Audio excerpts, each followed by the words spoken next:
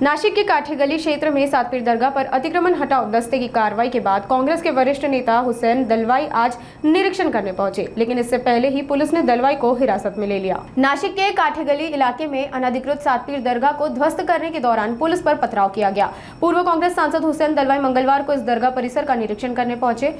Police ने दरगाह पर अतिक्रमण का निरीक्षण करने से पहले ही उन्हें हिरासत में ले लिया। किसी भी अप्रिय घटना को रोकने के लिए मौके पर बड़ी संख्या में पुलिस बल तैनात किया गया।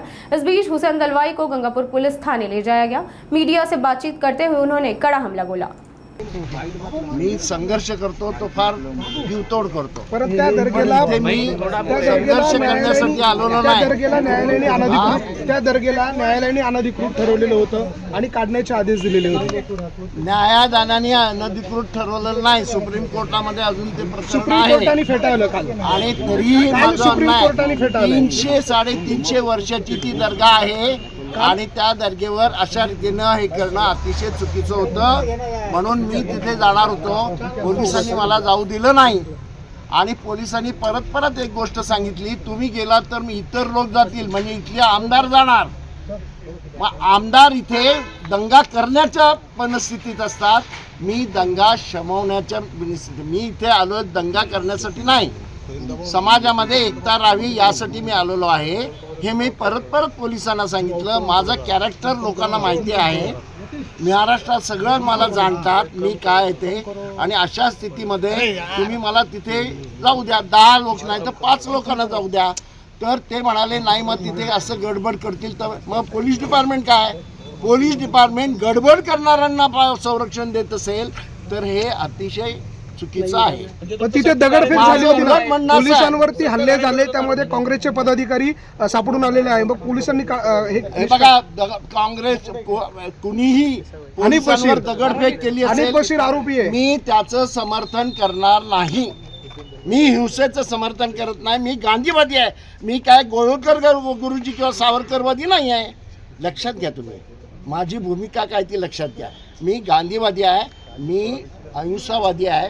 दगडफेक करणं हे करणं मला मान्य नाही। सर, महाविकास आघाडीचे काही लोक त्या ठिकाणी काही लोक पोलिसांना मदत करण्यासाठी गेले आणि त्यांना ज्यांनी अरेस्ट केले त्याच्याबद्दल बशीर आहे, त्यांनाच अरेस्ट केले यांनी। काही लोक मदत करण्यासाठी गेले। मुख्य गोष्ट अशी आहे, पोलिसांचं जे म्हणणं आहे की तुम्ही गेल्यावर इतर लोक जे जातील, मग तुम्ही त्यांना जाऊ देऊ नका ना।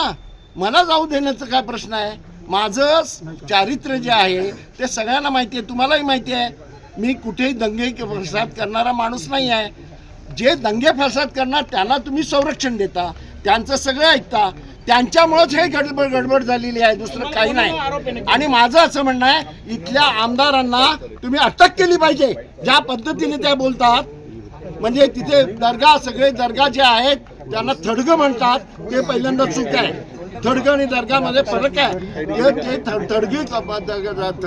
थडगी काढणार आणि तिथे हनुमानाचं मंदिर बांधणार असं म्हणणाऱ्यांना तुम्ही खरं म्हणजे अटक केली पाहिजे। सर्वोच्च न्यायालयाने एकदा निकाली काढलेला आहे, रद्द केलेली आहे, त्यानंतर आपण आज भेट देत आहात, याचं काय नेमकं प्रयोजन होतं? असं आहे, नेमकं काय तेच पाहण्यासाठी मी जात होतो। मला तेच पाहू दिलं नाही।